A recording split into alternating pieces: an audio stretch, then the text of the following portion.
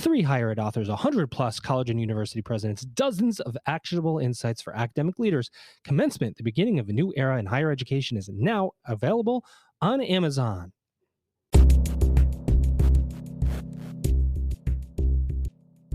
Welcome back, everybody. It's your time to EdUp on the EdUp Experience podcast, where we make education your business. We have done so many episodes over the last 3 years, over 600, and we are marching quickly towards 250 college and university presidents interviewed on this podcast, which is amazing that we continue to have those individuals leading our institutions in this country to get on the microphone and tell us how things are going in higher education. Every single day we're seeing things happen. Mergers and acquisitions, colleges closing, colleges expanding, enrollment is down, enrollment is up. It's really all over the board. So there's no way to pin down what is happening better than to bring on the people who are doing the work and leading these institutions. And I've got an amazing one with me today, and I'm going to bring him right in right now so we have enough time to get to everything I want to talk about. Here he is, ladies and gentlemen.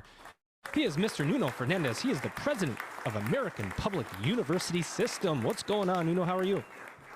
All right, Joe, thanks for having me, and congratulations on the almost 700 podcasts. That's an amazing number. Yeah, you know what?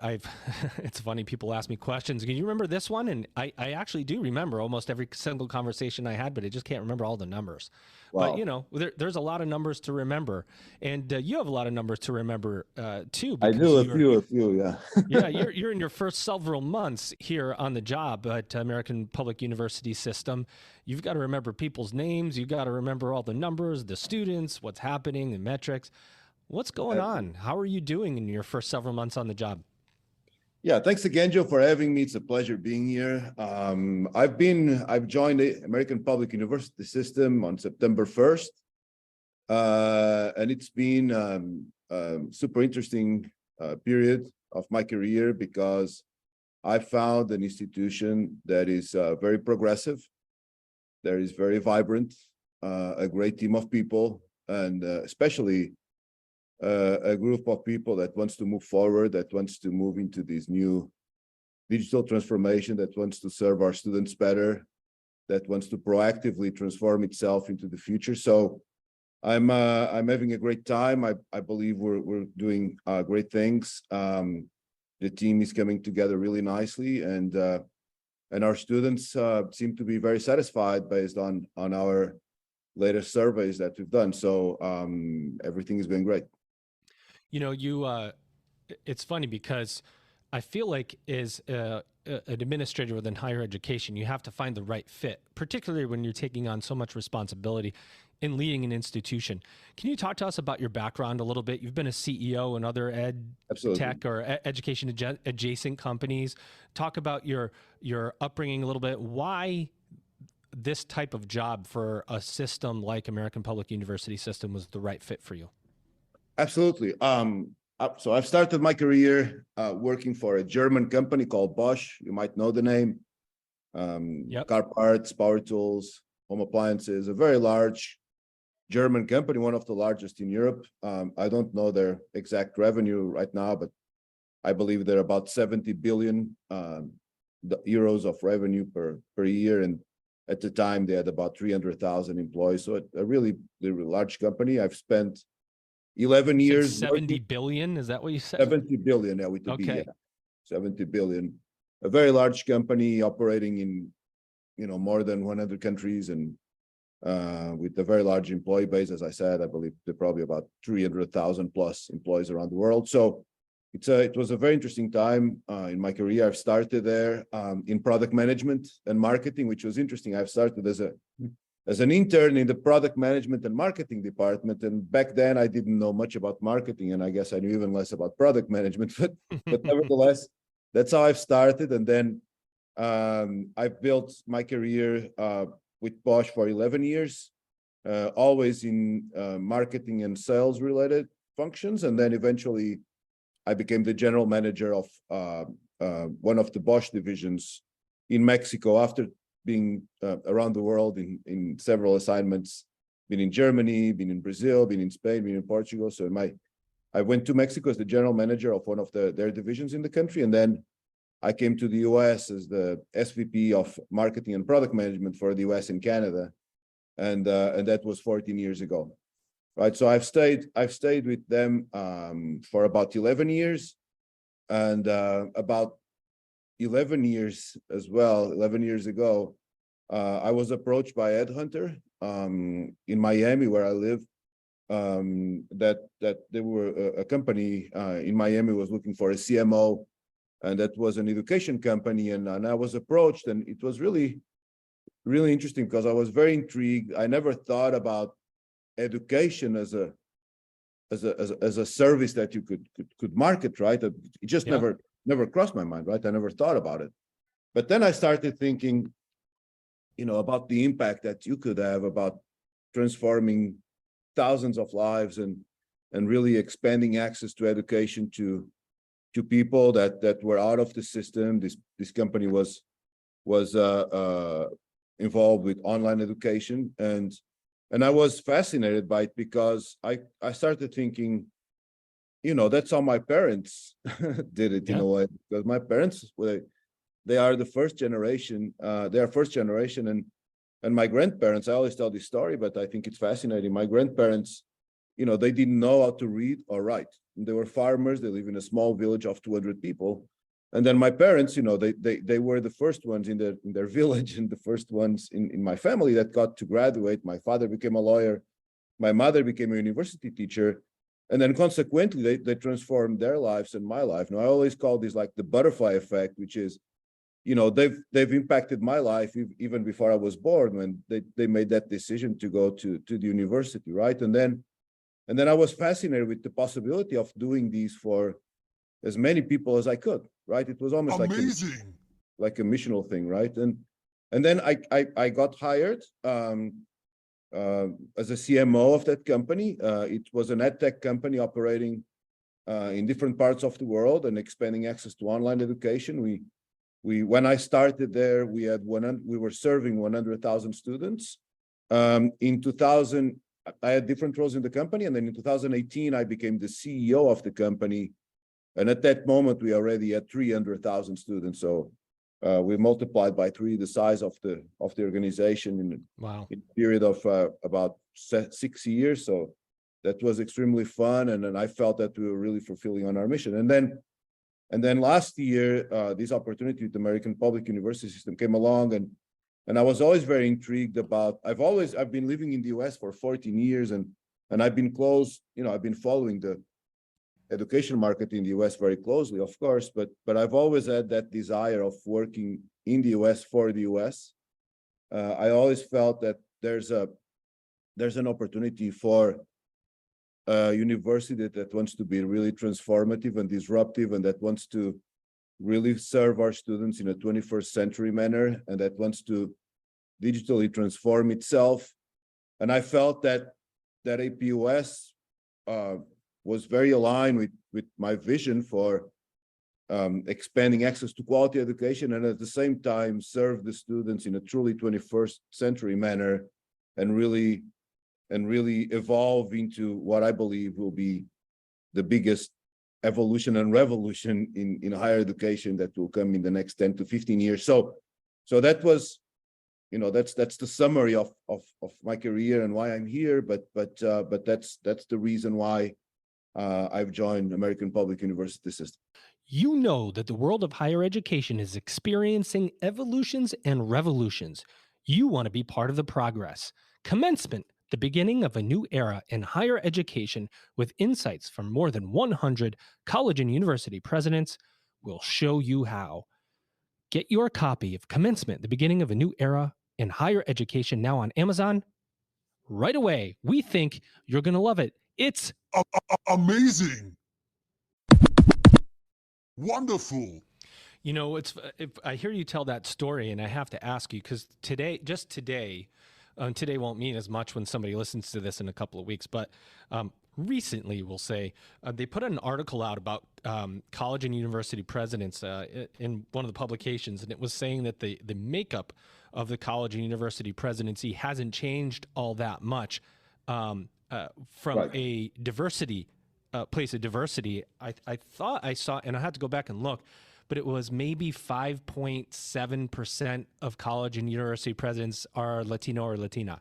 Right. And what does it mean to you to be leading one of the largest institutions in the country, serving, by the way, serving a critical market in our military? You guys serve a ton of military. What does it mean to you to be a leader in your community and for the higher education community? You know, it's for me, first and foremost, it's an honor to serve the university and to serve our students, to serve the board. I'm honored, I'm humbled that I was given that opportunity, and I take it with a lot of responsibility, and that responsibility, the only way to pay it back is by providing great results to our students and to the university in general, right? I'm very proud of our university in many ways, but one of them is when you look at our student body, our student population, about 40% of our students come from diverse backgrounds, and we're very proud of that, and we want to keep evolving in that direction to serve anybody that really wants to give it a shot and transform their lives through education. You know, it's so powerful what education can do to transform the life of a person, of a family. I told my personal story. There are hundreds of thousands like mine, but I felt it firsthand, right? I felt it firsthand where my grandparents were born in a village that had no electricity, and I mean this in a literal way, like literally. Yeah. And with 200 people, and now I'm the president of a very large university in the United States. So I'm humbled. I take that with a lot of pride, but also with a lot of responsibility. And we are honored to be an open university and an affordable university. And we want to serve everyone that wishes to have a story like my parents did, right? So it's an honor. I like your style, dude. We like your style, Nuno, I'll tell you. And you know, it's funny because I go back to it was September, right, of last year that you started? Yes, September 1st. Which, if you think about how you started in September and to today, artificial intelligence, if you say what happened between September and April from 2022 to 2023, when you picked up the presidency, 3 months later, all of a sudden AI explodes, right? It's always kind of been there in the background, but certainly hits the mainstream and explodes and creates teaching and learning conversations. And what's the future of higher education going to be? And so you didn't come in at a non-innovative time of higher ed, right? You came in one of the most innovative and I think disruptive times that higher ed will see for a long time. And it's how do we adapt to this? You know, we talk about new normal being COVID, but is new normal really or the future normal going to be how do we integrate artificial intelligence in all that we do? Was that one? Are you tackling that conversation internally? What does it sound like? You know, how often is it coming up? Joe, that we could talk. I know we only have about 30 minutes, but we could talk for hours, and I'll be happy to talk about that offline as well. But I'll tell you something. I've been saying that AI will transform and disrupt higher education more in the next 10 to 15 years than it did in the prior 1,000 years. And I've been saying that for years now. It's not because ChatGPT is out there and everyone now is kind of talking about it because now we have this tool that's been in the media. And I've been saying that, I believe, since 2014 or 15, because it just makes sense. And there's a study that I came across in 2014 that predicted that in 2023, there would be a computer that would be as smart as a human. And that's exactly what just happened, right? Actually happened a bit before, because ChatGPT was launched in 2022. The same study predicts that by 2045, we will reach singularity, right? And that's when computers will become the dominant species on Earth, meaning that they will be smarter than humans, and one computer will be smarter than the entire population combined. Huh? that looks like science fiction, and probably is. But what we're seeing is that we're seeing all the indications that AI will, for sure, at a minimum, disrupt and transform a lot of industries, right? And Yep. and I think for higher education and education in general, it will be exactly the same. I think in our case, because our industry is very regulated, moves at a slower pace traditionally, the disruption will come not overnight, but will come in stages. But for sure, I think what will happen, one of the things that will happen is, I call this the fifth revolution. Some people say it's the fourth revolution. I think it's the fifth, because the fourth revolution was really the online and digitalization of everything. And I think this is the fifth, because this is going to be the era of personalization. Nailed it. Right. And I think the education is going to be exactly the same, that technology will allow universities to provide a unique experience, educational experience for every student. And I think that's actually fantastic, right? Because I can be more visual, right? And you, Joe, you prefer to read. But so why should I be learning the same way that you're learning? If we're all different in a way, right? And I think that technology will allow that, will allow to create this customized experience for each one of the students, which I believe is going to be a great step forward.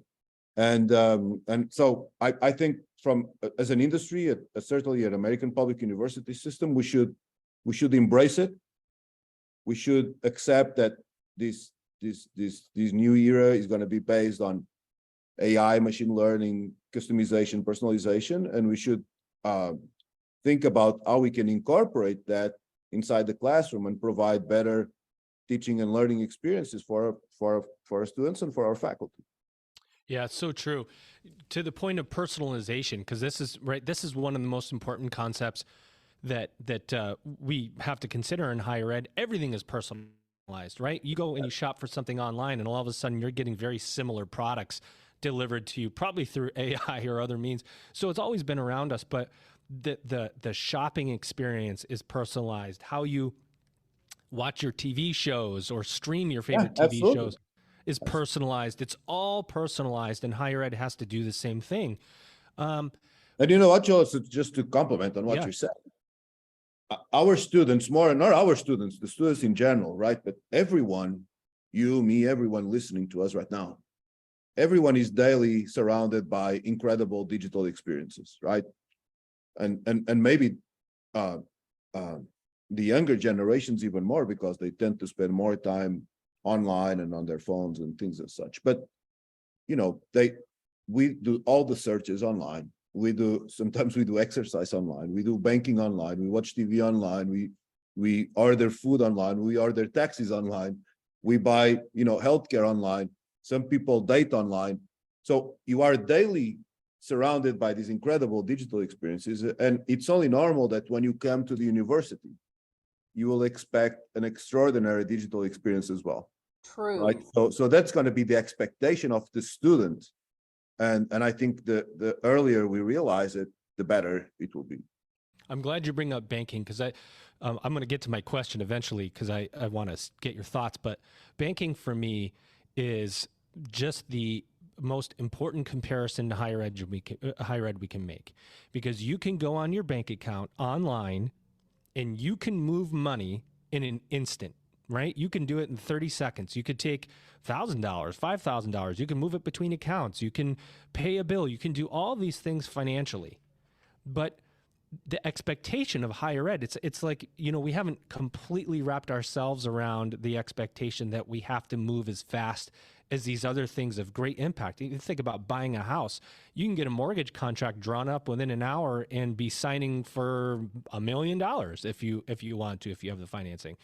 So speed to service and speed to delivery and great customer service are becoming expectations of students, which leads me to the question of, are students consumers in your eyes, Nuno? Are students consumers, or are they something else? They are in the sense that the only reason why we exist is to serve our students. Yes. and serve our students has different meanings. First and foremost is to serve them academically, right? That's why they come here, to have a good learning experience that is valuable for their careers, valuable for their jobs, and that hopefully will allow them to keep progressing and do better in the future. That's why we exist. Nevertheless, there are a lot of services that we should be providing and that we're trying to provide, because we should look at them as consumers in the sense that we want them to be satisfied, and we want them to feel welcome, and we want them to feel safe, and we want them to feel that they are in an institution that really cares for them and for their family. So I'll give you an example. We just launched an app called that provides 24/7 mental health support in 25 languages.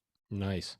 We have students from 70 countries around the world, maybe a bit more, but from 70 countries around the world, people that are graduating now on our graduation event in June. So we have a very, like I said, a very diverse, vibrant student base, and we have people around the world.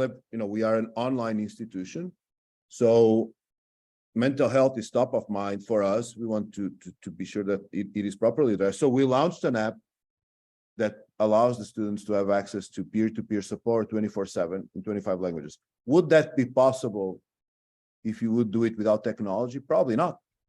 Probably not. So this is a great example of what I'm trying to say, is that you need to use technology, you need to leverage it to make sure that all your students can benefit from the good services that as a university want to offer, besides the education, which is certainly the first reason of why they're here, right? But another point, Joe, to what you're saying about the banks, and it happened in a lot of industries, is that the model is shifting. And this is why I like the word consumer, because the word consumer puts a lot of pressure on us to serve them better, to serve the students better, which is really the only reason of why we exist, is to serve our students. There's nothing else. So the industry is moving really from a university-centric model to a student-centric model, right? And why is this? It's exactly the same as the banks, if you want to do that comparison, because before,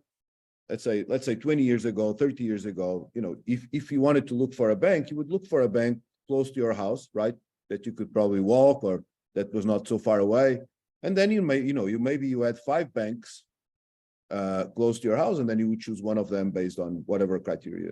It was the same with universities, right? If you didn't want to move to another city, if you didn't want to move to another state, you would look for the universities that would be, let's say, within a 30, 40 miles radius from your house, right? So today that's no longer valid, because if I want to enroll right now and do an MBA in a school in London, I can do that. They can do the reverse too. It's a student in London can enroll now in American public university system in an MBA, and he or she can graduate 100% online. Someone in India, in China can enroll in most schools in the United States, and people in the United States, they can choose any state. I can be in Miami and I can enroll in a school in New York. So the model is no longer based on the supply, it's based on the demand.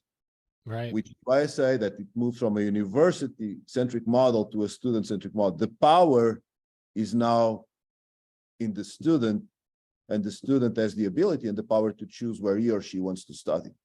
And that's why I think that looking at the student as a consumer is mandatory for the success of any institution, because we want to serve them the way they are expected to be served. That's such a good point too. And when you apply the consumer theory or the consumer label to a student, and you think about it only in the context of a one-time purchase, it becomes harder to understand for people. But the concept of lifelong learning implies that a student would return, hypothetically, right? Yes. We don't say lifelong learning to go, well, we want everybody to go through their life and learn and never come back to us. We want to promote lifelong learning to our student. When they graduate, we're going to send them off to 100 other universities except for ours. I don't think anybody ever thinks that way. You think about, how do we offer lifelong learning opportunity to students who would graduate from a program or a certificate or whatever else and come back to us later because we served them correctly, because they were a consumer and we provided great customer service to them, and they thought, oh, wow, why would I go anywhere else? I'm going to go back to Why would American I do Public that? University system, right? Exactly. So, first of all, you want to make sure that the student, they get an experience that is good enough that when they graduate, that they feel that there was a lot of value, and that they feel that in the future they should consider other options for their continuous improvement, and to support the lifelong learning term that you use. So I think first and foremost, we want to say, okay, are students satisfied with what they've learned and their experience? And the last number I saw about this specific topic, 96% of our students said that our program that they graduated from, the program met or surpassed their expectations. I think that's a fantastic number. Amazing. 96% said that. So of course we want them to come back, but even if they don't come back to us and they decide that they want to study and have in somewhere else, I also consider there a victory, to be honest, because the experience is good enough that they want to keep studying and to keep improving themselves. Hopefully they will come to American Public University system, but if they don't, I take that as a victory as well, because it's a sign that their educational experience was good enough that they want to keep doing it. Nuno, I was talking to a guest. His name is Ken Smith. I interviewed him yesterday, and he's CEO and president of Jobs for America's Graduates. It's a 40-year-old institution, a nonprofit institution that serves first-generation high school students from difficult backgrounds, lower socioeconomic factors involved, a lot of immigrant families coming to the United States who have established residency and so on. Right. And he was saying that a large portion, and he said majority of the students that they're serving that are higher risk students because they have a higher risk factor. And a lot of times this is a multicultural majority that have come up through education. The education system has failed them in many respects. They have difficult family situations and otherwise are saying, I don't know if I'm going to go to college. I don't know if college is for me. I haven't thought about it. I'm not even sure I can access college because that's for rich people or that's for people that are really smart, and I'm not. And this concept of access is more than opening up opportunity. It's about, I don't know, self-confidence building and setting a culture of learning. Can you talk about what access and affordability really, really mean to, I mean, we're just, we to some degree have lost the trust of the public in higher ed because of so many factors. What's so important about access and affordability for American Public University system to get the message out there? Yeah, we have a saying inside the university and with my team, that our motto is actually very simple. We say, bring students in, graduate them, make them successful. That's it. We say it's that simple. It's very complex, right? The execution of this is very complex, but simplicity is a gift that I appreciate very much. And in the end, it's that simple. Bring the students in, graduate them, make them successful. What does it mean? You asked me, what does it mean to access and affordability? I mean, we are proud of being an open access university because we are proud of how many people we include and not how many people we exclude. There are other types of universities, and there's nothing wrong with that. It's just we're serving a different audience, and we have a different philosophy. There's place for everyone. We are, I think this, we are the leading educator of the active duty military in the United States, with almost 24% market share. Now, if we think about it, it's incredible because there are over 4,000 higher education institutions in the United States. Yep. Right. And 1 out of every 4 students, practically, right? 1 out of every 4 students is studying with us. And we're extremely proud of that because they are serving our country, they are defending our country. A lot of times in situations that are unimaginable for a civilian person like me, right? But they still take the initiative and they still have the ambition of learning and graduating and evolving their career within the military or outside the military. So for me, that's so extraordinary that by itself is just a missional purpose that makes us extremely proud. We are one of the leading educators with veterans as well. So it's, for me, it means that we welcome people from all backgrounds, from all lines of thought. We want everyone to have a chance to improve themselves and to improve their lives and their families as well.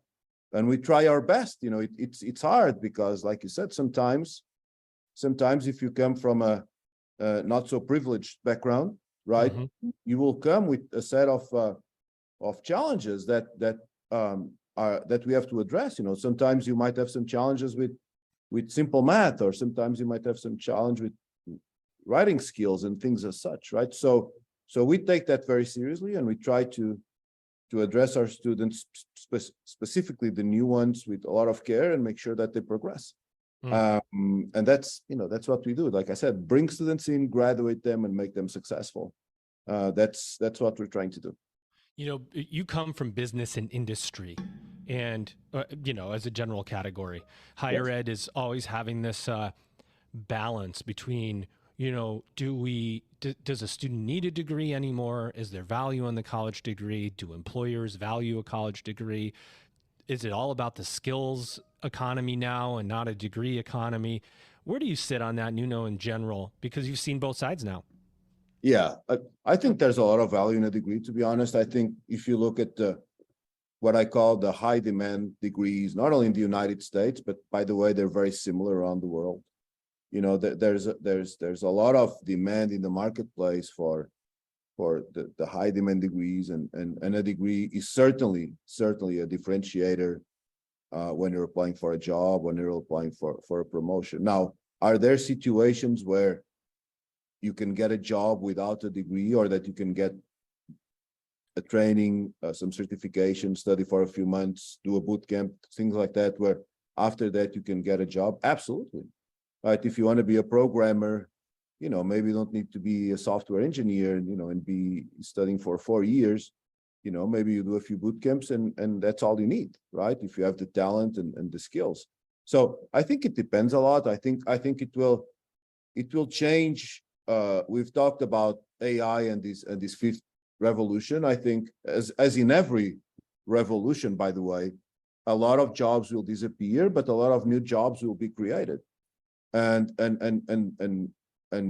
teaching the skills that you need for those jobs will be needed, just like it was in the past. You know, I was just looking recently to the number of agricultural workers in the United States over the last 100 years.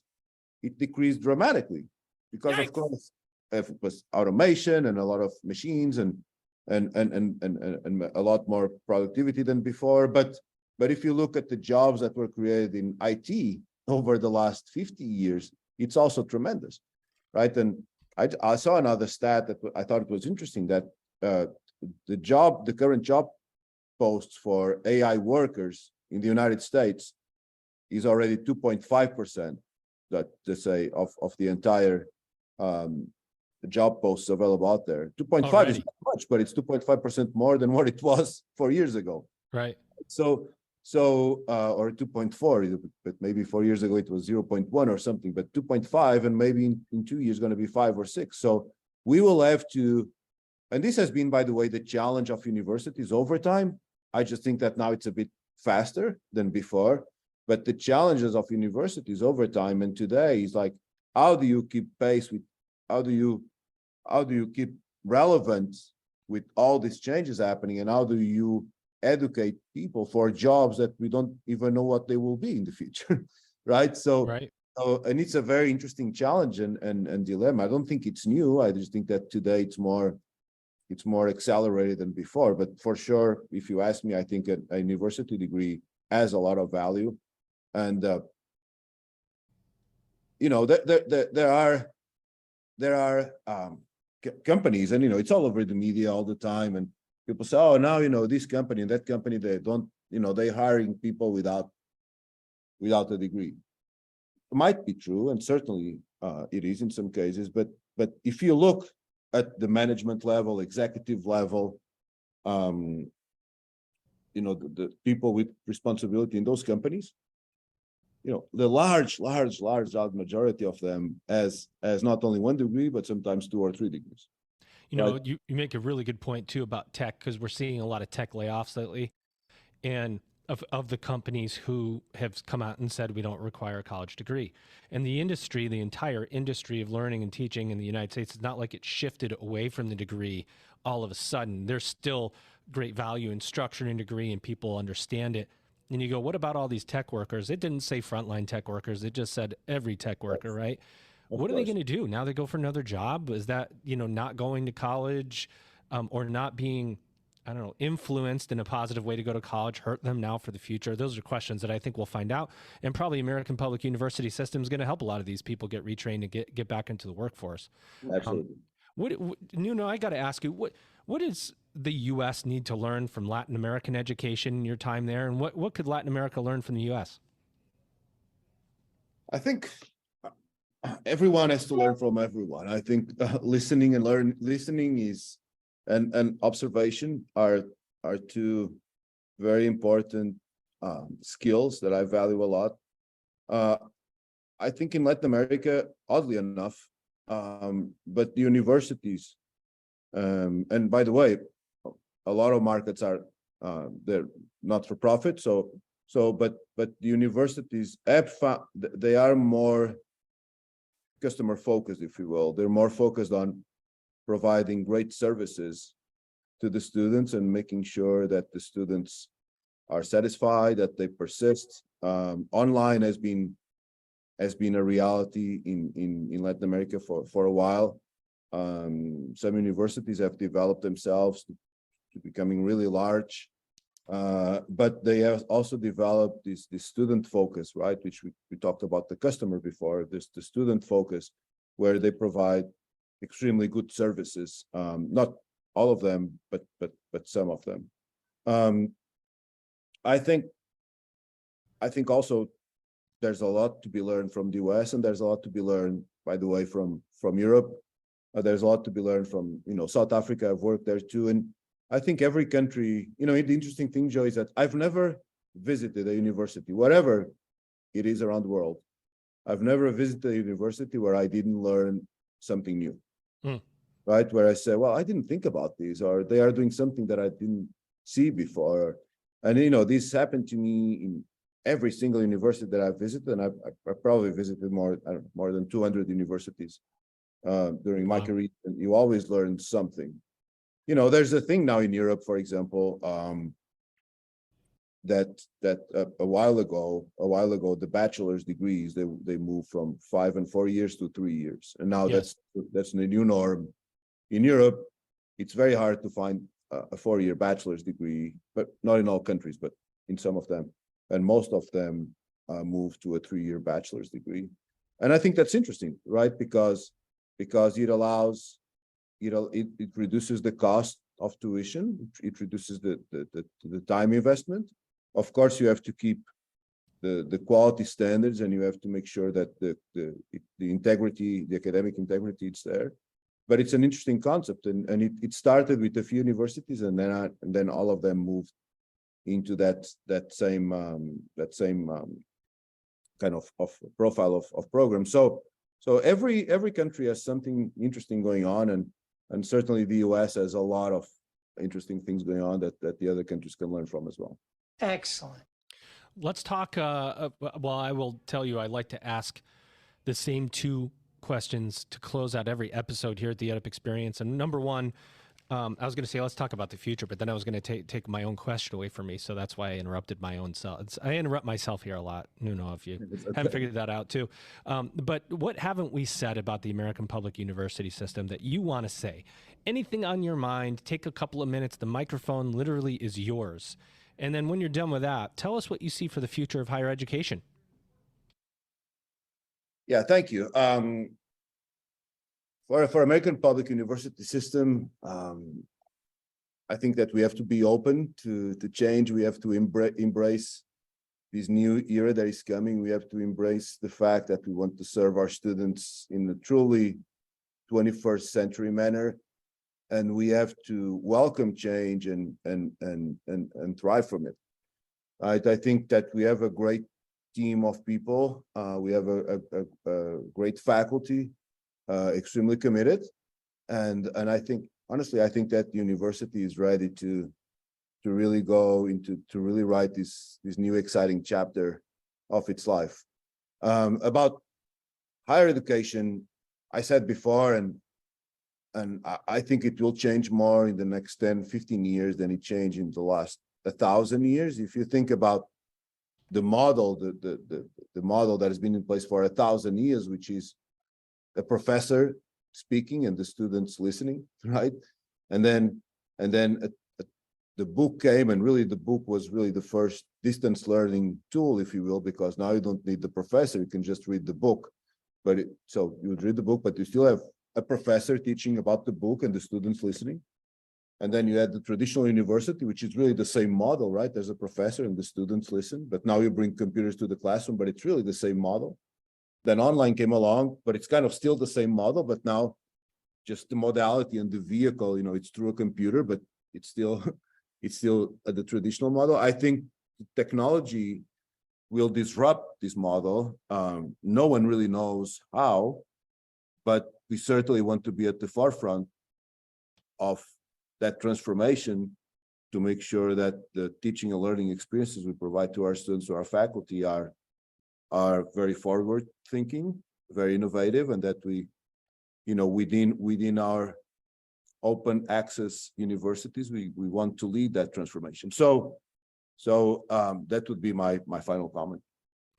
Amazing, Nuno. I really appreciate you, and your background's really incredible. You've been really everywhere. You've served hundreds of thousands of students in Latin America and now the U.S. In multiple countries. Really incredible, and congratulations on your new role at American Public University System. There he is, ladies and gentlemen. He's the one and only Mr. Nuno Fernandes. He's the president of American Public University System. Nuno, did you have a good time on the podcast today? Yes, sir, Joe. Thank you so much for having me. It's been a pleasure, and I hope I can come back someday. You can come back anytime you want, my friend. With that, ladies and gentlemen, you've just EdUp'd. It's time to level up. The beginning of a new era in higher education begins with you. Order your copy of Commencement, The Beginning of a New Era in Higher Education by Kate Colbert, Dr. Joe Salustio, with contributions by Elvin Freitas. It's higher education's must-read book of 2022. Discover how you can seize the moment to change higher education forever. Commencement, The Beginning of a New Era in Higher Education, now available on Amazon. For bulk orders, contact Kate, Joe, or Elvin.